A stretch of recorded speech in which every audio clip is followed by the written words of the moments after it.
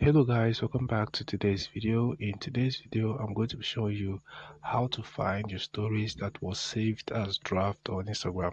So guys, if you ever saved a story as draft on Instagram and you want to locate it, then this video is for you.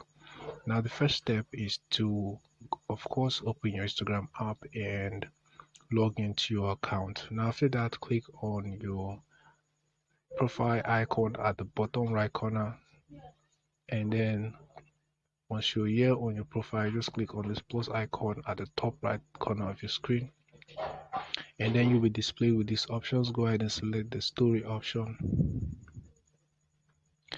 Now once you click on the story option, now of course if you have any story saved as draft on your Instagram account, then you're going to find these drafts or at the top of your screen. Now just go ahead and click on the drafts, and then you find your drafts here. Now right now I have only 2 stories saved as draft on my Instagram account. Now guys, this is how you can locate your draft on Instagram. I hope this video was helpful. If you think it was, please give this video a like and equally subscribe to this channel if you're new. Thanks for watching, and I'll see you in my next video.